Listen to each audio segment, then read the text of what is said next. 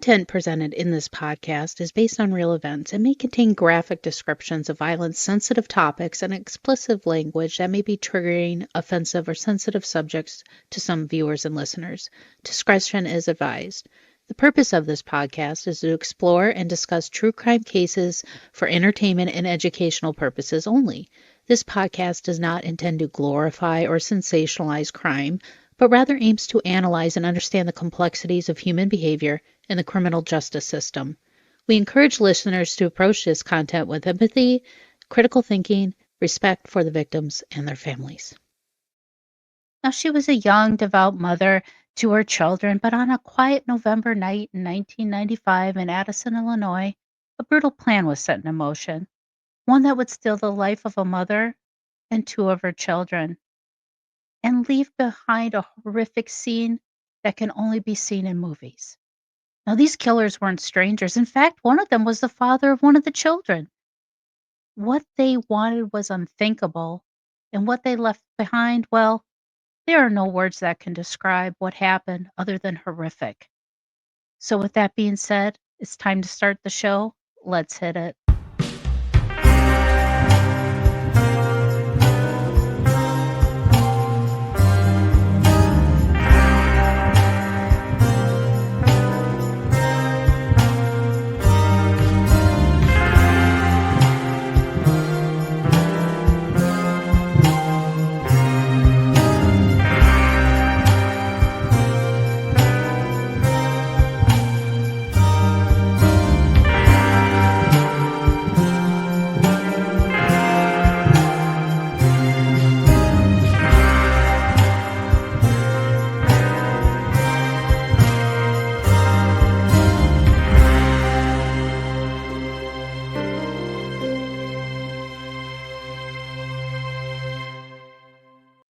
Hi, and welcome to another episode of Mysteries, Mayhem, and Merlot. I am your host, Winnie Schrader.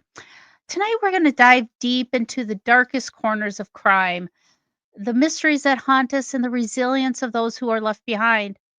Tonight, we're going to journey back to Addison, Illinois, to uncover the horrific murder of Debra Evans, whose faith and love for her children were betrayed in the most violent way imaginable. Now, this wasn't a random act of evil and violence. This was premeditated with a fake pregnancy. It was cold, calculated, and carried out by people she knew.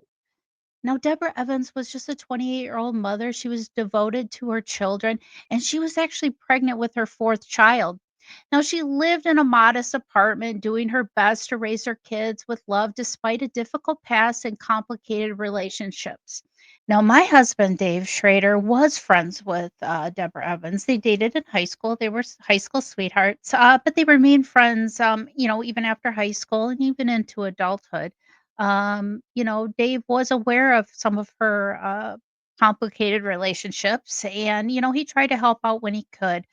But he has publicly talked about having that survivor's guilt. And, that's very common when you have somebody close to you murdered. It's like you always feel like I could have done more to help. Why didn't I see this? So that is a very common thing, especially when it comes to horrific crimes like this. But one of those relationships was with a man named Laverne Ward. Now, he was the father of the toddler Jordan. But what Deborah didn't know that Laverne had a plan, and it was involving stealing her unborn child. Now let's rewind to the horrific night. Now on November 16th, 1995, Deborah Evans was brutally murdered in her apartment in Addison, Illinois. She lived there with her boyfriend who had left for work that evening around 5 p.m. And it was just her and the three children. She had 10-year-old Samantha, 8-year-old Joshua, and toddler Jordan, who was just 2 years old. And of course, she was pregnant with an unborn child who she was planning to name Elijah. Now, Deborah was tragically shot to death, and during this disturbing act of violence, they the baby out of her room after she had passed away. And little Samantha was also murdered that night, too, in the apartment. Now, her two sons were taken from the home, Joshua and the newborn Elijah. Only Jordan, the toddler, was left behind alone in the apartment with the body of his mother and his sister Samantha. Now, when her boyfriend arrived home from work around 2:30 a.m., he discovered Jordan alive, but found Deborah laying on the living room floor, kind of between the coffee table and the couch, unresponsive and with a large gaping wound in her stomach. Now, he also found Samantha on the floor in her bedroom and realized Joshua was missing. So he immediately called 911. Well, geez, I mean, can you imagine coming home from work and that's what you find? I mean, what do you do? I think I would be stunned and shocked. I would stand I honestly, I have no words. Come home, your girlfriend is laying on the floor with a gaping wound. There's a child who has been murdered as well, and then you have missing kids. I mean, I can't imagine his mental state at that moment. So now the 3 perpetrators that broke into Debra Evans' home, it was Jacqueline Annette Williams, she also went by Annette, Fedell Caffey, and Laverne Ward. Now, Annette faked her pregnancy because she couldn't get pregnant, and they knew that Debra was, pregnant and going to give birth sometime in November. So while she was faking the pregnancy, they were planning on, taking the baby from Debra. I mean, this was cold and calculated. They knew what they wanted, and they were gonna do anything they could to get it. Now, during this time, Annette brought Joshua and Elijah to one of her friends' apartments named Patrice Scott. And she told, Patrice that she had just given birth and the boy's mother had just gotten shot over a bad drug deal, and the boy needed a place to stay for the night. And then Annette said that she was gonna go back to the hospital to be with Deborah. So when she left Patrice, she made a bed for Joshua on her couch and put him to bed. Now, throughout the night, Patrice kept hearing Joshua whimpering and crying in his sleep until they got up that morning around 7 a.m. Now, Patrice testified that she asked Joshua if he was worried and tried to reassure him that his mother was going to be okay. He just replied, "No, no, she's not," and told Patrice that his mother and sister were dead and that his brother was still left back at the apartment if she could go and pick him up and bring him back. Now, she asked Joshua if she recognized any of the burglars, and he identified them as Annette, Fidel, Vern, and Boo Boo. Now, according to Patrice Scott, Jacqueline went by her middle name, Annette. Now, Patrice said that Annette came back around 9 a.m. to the apartment. And Patrice brought up the fact that her story wasn't matching what Joshua was telling her. Of course, Annette got really mad at Joshua and said that he was just making up lies, and she started cursing him out. But he just kept repeating, "No, no, that's not what happened." Then Annette told Joshua that his mother gave him some medicine to give to him, which he replied, "I don't take any medicine." She grabbed Joshua and brought him to the kitchen and gave him something that made him gag and vomit. Then Patrice pressed Annette for some more information and that the stories were not matching. And she responded saying that Joshua talks too much and that Kathy told her to take Joshua to the projects. So Patrice agreed to go with them so she could get some baby clothes for her baby daughter, Alexis. Now, they all got in the car and drove to Annette's townhouse in Schaumburg, Illinois, just outside of Chicago. Now, once Patrice got to the townhome, she saw Kathy there and told that Joshua had a big mouth and he could name all of us. Now, Annette told Joshua to sit on the daybed in the laundry room where they proceeded to put a rope around Joshua's neck. And then she and Kathy began strangling him. Now, Patrice screamed and began pushing Annette to stop. Annette dropped the rope and then she went to the kitchen to grab a knife. That's when Patrice screamed and pleaded for them to take her and her baby daughter home and let Joshua go free. Now, Kathy told Patrice that if she breathes a word of this to anyone, he would kill her and her entire family.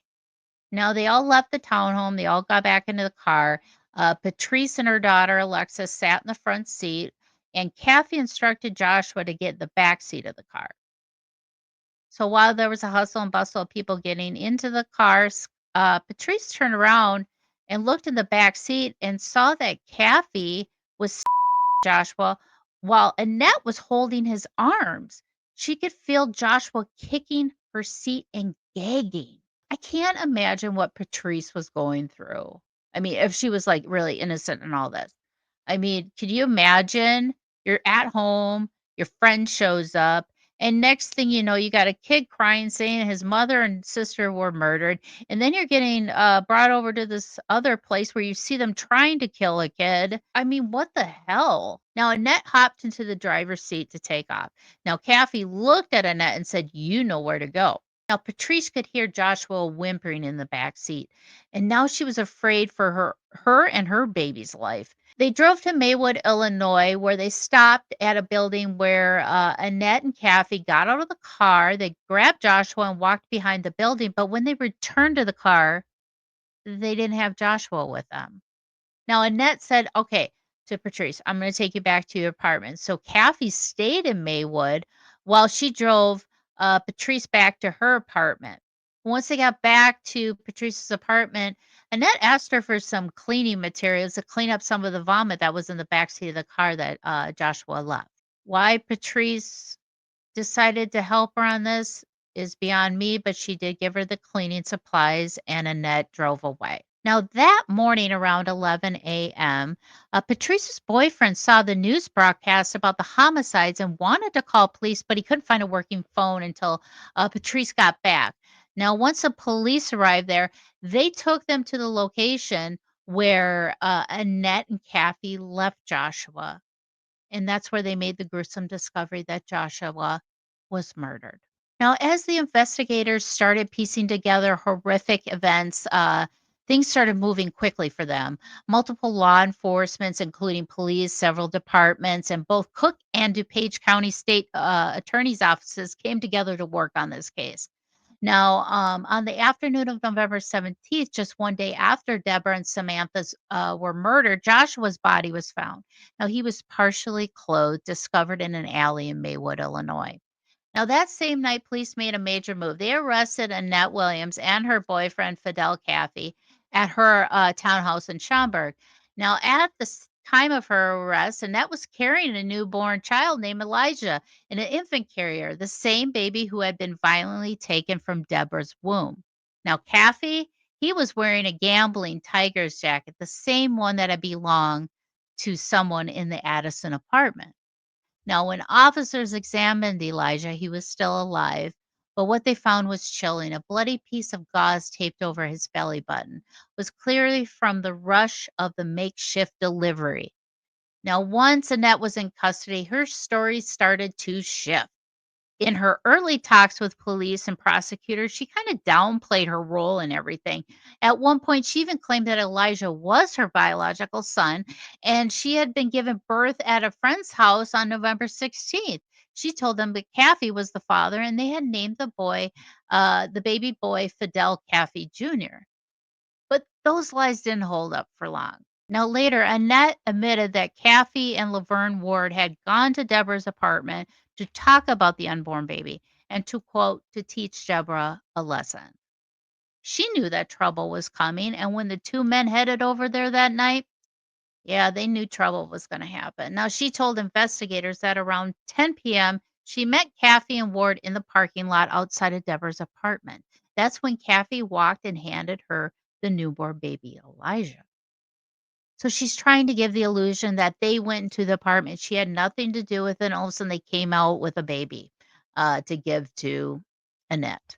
Now, she tried to push most of the blame for Josh's kidnapping and murder onto Caffey and the woman named Patrice. Oh, she's throwing her friend under the bus. Now, she claimed that Patrice gave Joshua a mix of the Visine and soda pop to drink, maybe hoping the poison would sedate him. Annette also said that she didn't want to leave Joshua behind in the projects like Caffey and Patrice suggested, so she brought him back to the townhouse. But once they were there, she says Caffey got angry and told her to get the knife, and that's what she did. And that's when things just went out of control and got real dark real quick. Are you standing at a crossroads in love, life, or purpose? I mean, Mercury is always in retrograde, am I right? But do you crave clarity, a connection to something deeper? Well, welcome to Love and Lotus Tarot, where intuition blooms and guidance flows. Whether you're seeking answers about relationship, career moves, or just a spiritual path, my tarot readings go beyond the surface to help you uncover your truth. Now, here at Love and Lotus Tarot, this just isn't about the cards. It's about connection, empowerment, and rediscovering your magic by illuminating your path. You'll get one-on-one personalized readings with me either by phone or video or in person if the opportunity is there. And if we do a video session, I'll even record it for you and send you a link. That way you can download it and keep it as kind of a tarot journal. Speaking of journals, this just came out. Yes, I just created your very own bitch book. This is a no-filter dumping ground for all your grievances, angst, and anger that you carry with you throughout the day. Whether it's valid or not, you still have those feelings, so you need to purge them and get it out, and that's where the bitch book comes in. You can find them on Amazon, along with booking a tarot reading with me at lovelotustarot.com.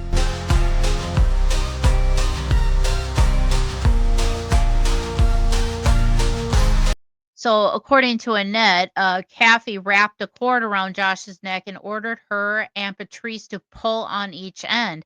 Then he told Annette to drive them to Maywood, and that's where he saw Joshua during the ride. But now on November 18th, when Annette decided to give a written statement to police, this time she started to admit to have a much deeper role in this horrific murder and kidnapping of the Evans family. Now, she said that she had been dating Fedell Caffey for about 2 years, and during that time, the two had tried multiple times to have a baby together. Caffey was desperate for a child. Specifically, he wanted a light-skinned baby boy that would look like him.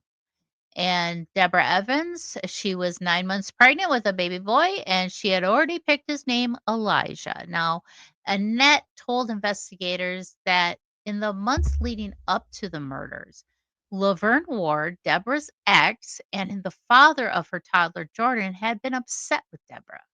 So on the night of November 16th, they drove over there to Deborah's apartment, and the excuse was Ward just wanted to ask or talk to Deborah about their son Jordan. Now they arrived around 9 p.m. Deborah let them into the building and into her apartment. She sat on the couch and talked briefly with Annette about their children. So when Annette went to the bathroom, that's when she said she heard a loud bang or noise. She came out, and that's when she saw Deborah laying on the floor. Um, obviously in distress. And then she also saw Caffey holding the handgun, and Ward was stood next to Deborah. That's when Caffey used a poultry shears Deborah's abdomen.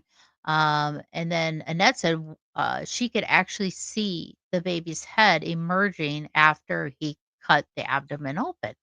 Now, Annette and Caffey wanted a baby so bad, and this was the boy he wanted. And once he pulled him out from the womb, he cut the umbilical cord, but then he panicked because he thought the baby was dead. Annette blew into the baby's nose and mouth, and miraculously, he started breathing. She cleaned him up, popped him in a sleeper. Meanwhile, Caffey and Ward went to the kids' bedrooms. Suddenly, Joshua, Deborah's 8-year-old son, ran out crying. He said that Caffey and Ward were hurting his 10-year-old sister, Samantha. Now, Annette said that she had covered Deborah up with a blanket, but when Joshua saw his mom's body, he vomited and ran to the bathroom in shock. I mean, I can't imagine you're a child and you're subjected to that. That's gotta be so emotionally scarring, I can't even imagine. Now, Annette grabbed the baby and tried to leave, but Joshua clung to her legs, begging not to stay there, that Caffey and Ward are bad, and he just cried. So Annette took Josh with her. The group left through the back door and drove off. Now, at one point, they did drop off Laverne Ward somewhere in the Chicagoland area. Now, Annette and Caffey then took Joshua to Patrice Scott's place that we discussed, the apartment of Annette's friend. So once they dropped Josh off over at Patrice's place, her and Caffey went to another friend's house where they cleaned up the baby and put a bandage over its belly button area. And they wanted to get back to Annette's townhouse in Schaumburg and, get some more stuff, get cleaned up and more.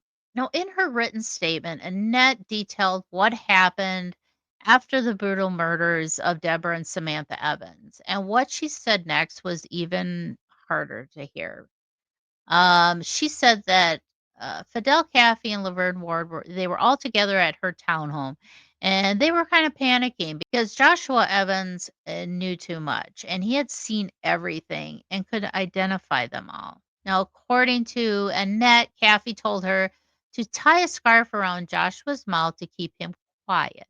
So she did. Right after that, Ward left the townhouse, leaving Annette, Caffey, and their accomplice Patrice behind, if you want to call her accomplice. I mean, she was complacent during a lot of this. So now Annette said they tried to poison him with making him try to swallow antiseptic, but it didn't work. So that's when Caffey told her to get a knife. She obeyed him and handed him the knife. Poor Joshua was just terrified. He was screaming, panicking. Even Patrice was reportedly afraid, and Kathy had started threatening her too. Then they came to the final horrific ride. That's when they put Joshua on the floor of the car behind the driver's seat while Annette was driving, and Kathy sat in the back with him. That's when Kathy decided to start taking Joshua's life. Now, when they pulled into the Maywood Alley and removed all the bloody sheets wrapped around the body, they left him there. But Annette went back to the Maywood area into the alley where they left Joshua wrapped in a bloody bed sheet. She went back to remove the sheet and just left them there. And then she discarded the sheet at a nearby piano company, then drove back to Patrice's apartment. Now, when it came to the forensics, I mean, there was blood found on multiple items in multiple places.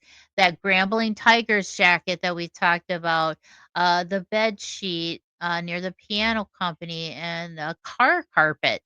And all the DNA analysis revealed that uh, Josh's blood was on a white cord and in the carpet of the car. Elijah's blood was found on a vanity. Samantha's blood found on the poultry shears. So there was multiple things with multiple sources of blood. Now, saliva was found on the scarf from the defendant's townhouse, though it wasn't confirmed to be human.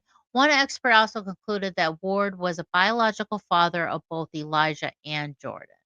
Now, Dr. Shakutis conducted autopsies on Deborah and Samantha, and of course, they had multiple stab wounds to their neck and arms, and also Deborah also suffered from a gunshot wound, and then also with Deborah as well, having the abdominal laceration to remove her child, which would have caused severe bleeding as well. Now, they say Deborah primarily died from the gunshot wound, with stab wounds as contributing factor. She testified that all the wounds could have been caused by the poultry shears. Now, one thing that is really horrific that Dr. Christopher Olson, Deborah's OBGYN, testified that a proper C-section requires at least 3 people and that Deborah's uterus had been moved to access the rear wall, unlikely for one person to manage alone.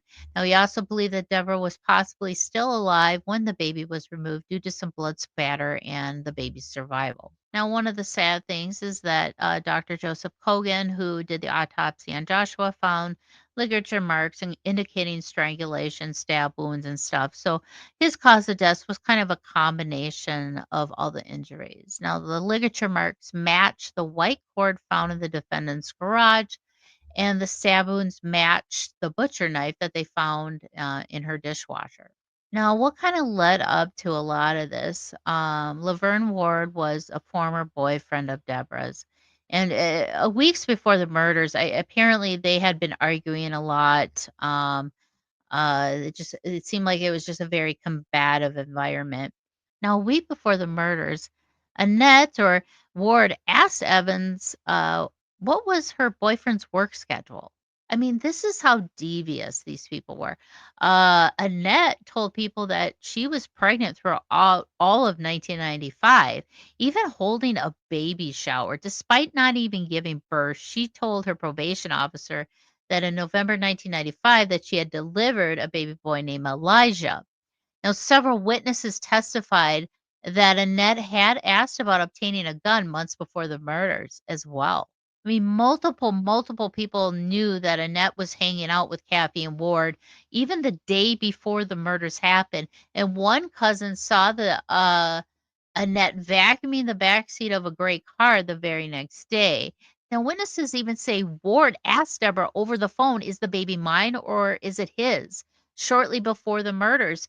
Now, several individuals, including friends of Annette's, even her sister confirmed that Annette had fake pregnancies before in the past to keep romantic relationships going as part of a game to manipulate men to do what she wanted them to do. Now, she was charged and found guilty of first degree murder of the killing of Deborah and Samantha and Joshua.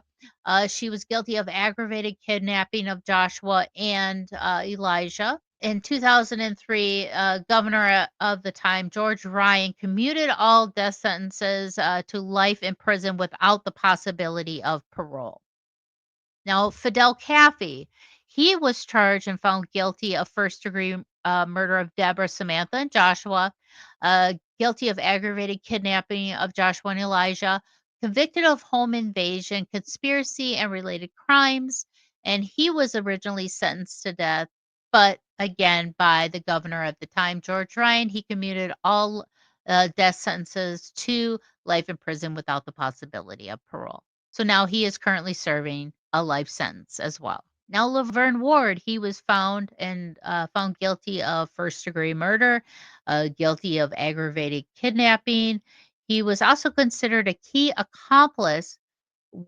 He was the father of some of Debra Evans' children and was deeply involved in the planning and execution of these crimes. So he got life in prison without the possibility of parole. Now, unlike Williams and Caffey, Ward was not sentenced to death, but still received the maximum penalty available aside from capital punishment. Well, I'm glad that justice prevailed and they are put behind bars for life where they belong. Now, as of the latest information, Elijah, who survived a tragic attack in 1995, unfortunately, he never got to know his mother or his sister or brother, but he was raised by his grandfather, Sam Evans, along with his brother, Jordan. By 2012, Elijah was a high school sophomore excelling in basketball and football. He began to open up about his past, sharing and discussing his experiences became easier over time. Now, Elijah and Jordan also contemplated meeting their biological father, Laverne Ward, who is convicted for his role in the murders of their mother and siblings. But since then, there really hasn't been much of updates on what's going on with Elijah. It is possible that he has just chosen to maintain a private life away from the media attention. Given the sensitive nature of his early experiences, this desire for privacy is very, very understandable. In the face of unimaginable horror, the survival of two children became a symbol of unbreakable human resilience. Elijah and Jordan Evans not only lived through the brutal execution of their mother and siblings, but he rose, cradled the strength of his grandfather and brother, and became a young man with hope, courage, and purpose. Now, this story is not just about murder or justice, it's about the ripple effects of violence, the scars it can leave behind, and the strength it takes to carry on.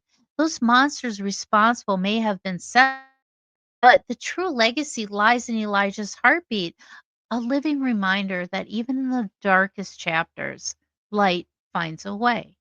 It was the story that shocked Chicago and the nation. Back in 1995, a mother and her two young children were murdered, but the brutal killing of Debra Evans didn't end there. Her unborn child was cut from her womb, and he miraculously lived. Today, he's 16 years old and living with his grandparents. Our Marion Brooks traveled to Southern Illinois to revisit the child who survived against all odds. Elijah Eli Evans is now 16 years old, a healthy, bright teenager who loves football, his family, and his dog Beast. How do you feel about your grandfather? Yeah, I love him. Even though he can get to the worst of times, I tell him that I love him. It brightens his day and stuff like that, and he just, I don't know, gets emotional. These images belie Eli's violent beginnings. He was the surviving baby boy cut from his mother, Debra Evans' womb after she was shot and killed in 1995. His 10-year-old sister Samantha and 7-year-old brother Joshua were also killed. His brother Jordan, 22 months old at the time, was spared. I usually look up stuff or something like that just to remind myself what really did happen, reading through it. And I mean, sometimes it just gets a little gruesome. Eli's grandfather, Sam, brought he and his brother Jordan here to Southern Illinois shortly after the murders, and he's raised them here ever since. You're a hero, Mr. Evans. You're a hero.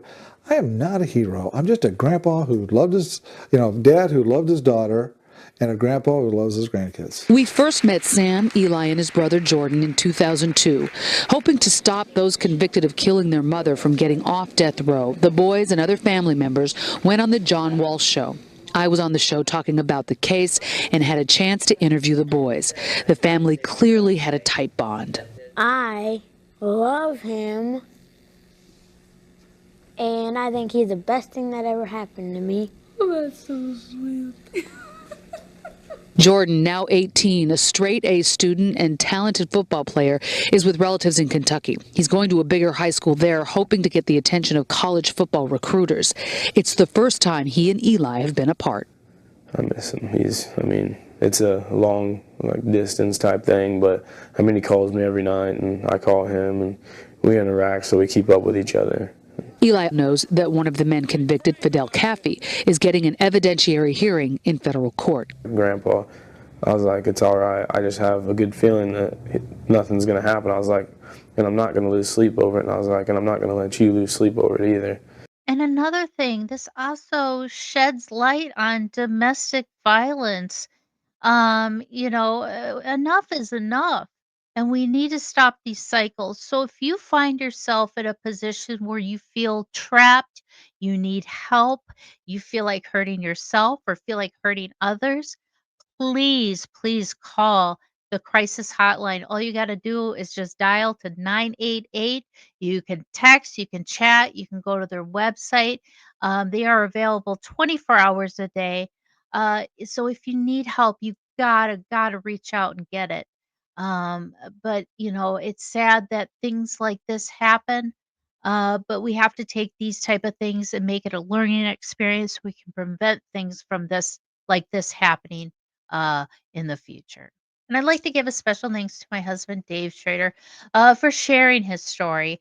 He has shared this publicly on his podcast, but I just kind of wanted to take a more analytical approach to it because he's emotionally tied, knowing Deborah personally and being good friends with her. And I can't imagine him having to go through all of this information and facts without getting emotionally scarred by it. So, but I wanted to thank him for sharing the story. And if you guys have any similar stories like this as well, please email me at mysteriesmayhem and merlot at gmail.com. If you need help, I can definitely try and get you to the right place or some type of a resource that can give you the help that you need because I can't do everything, but I'm here as a facilitator to help you. But like I said, if you need help, if you're in a situation where you don't feel safe, you feel like hurting others or yourself, whatever the case may be, please, I urge you, please reach out to the hotline. Just dial 988. You can call, text, chat, visit their website at 988lifeline.org. I will have a link for all that information in today's description. And I would like to thank you guys so much for all the support. And I have some new things in the works here. So just give me a little bit of time, but I'll just keep following me for updates and more. But thank you guys so much. Stay safe, stay compassionate, and I hope to see you guys all next week. Thank you for joining me for another episode of Mysteries, Mayhem, and Merlot. And until our next case, my armchair detectives, stay safe, stay vigilant, and stay aware.